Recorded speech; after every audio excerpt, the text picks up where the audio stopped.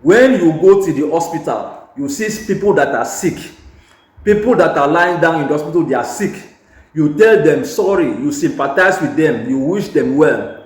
When you also see a poor man like some of us, when you see a poor man anywhere, also tell him sorry, sympathize with him, and tell him get well soon.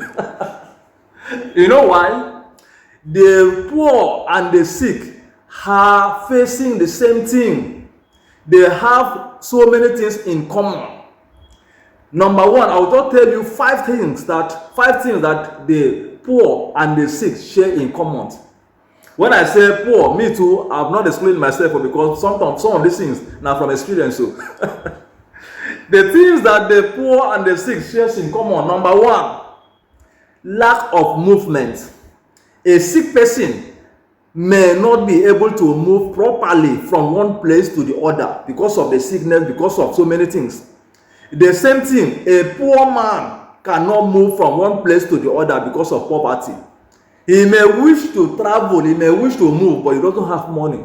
He cannot pay the transport fare, he cannot pay the thing that will take him from one place to the other. So he is localized in one place. Even if he doesn't like that place, even if he wishes to travel, but he doesn't have the means to travel, he stays in one place.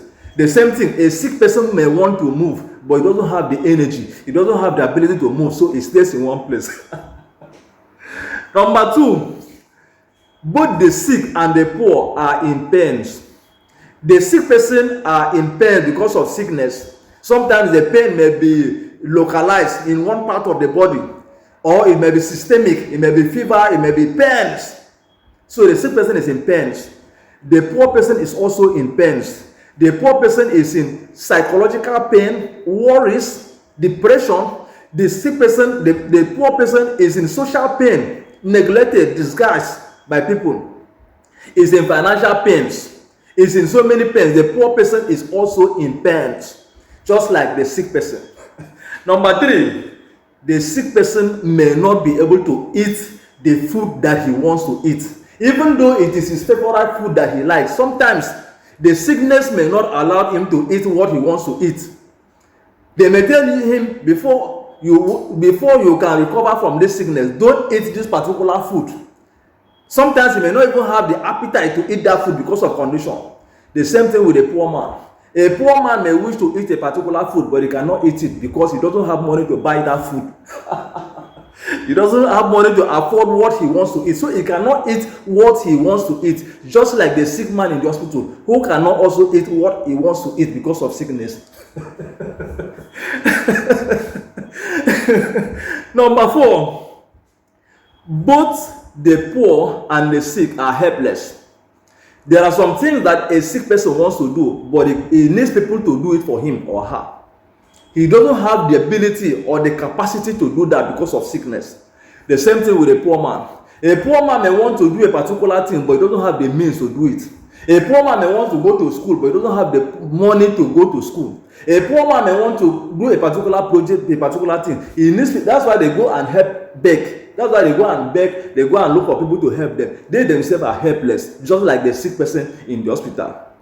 Number five, both the poor and the sick are sleeping in a place that they themselves don't like that place. They sleep in a place that they don't like it.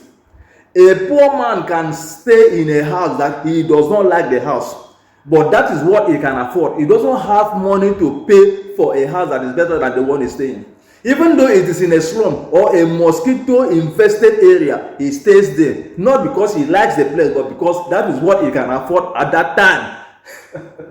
The same thing with a sick person. A sick person can be taken to the hospital, lying in a hospital bed with mosquito and everything. He doesn't like that bed. He may not even like that position. But because of the condition, but because of the sickness, he doesn't have any choice. He stays there. So both the poor and the sick sleeps in a place that they themselves don't like.